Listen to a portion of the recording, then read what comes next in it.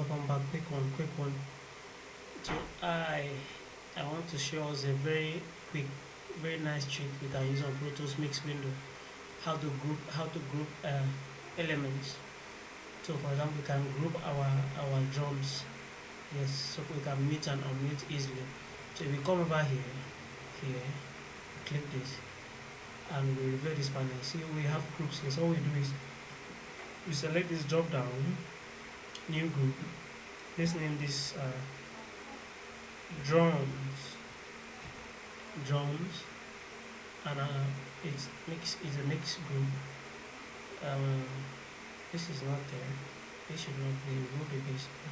So it's just a kick, snare, high tone, low tone, tones, floor tone, drum group, and drum effects can be there. And then we select OK.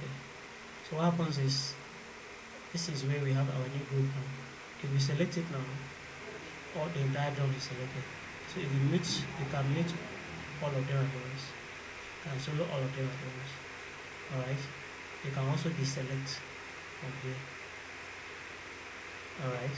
So that is how you make a group in Pro Tools Mix window.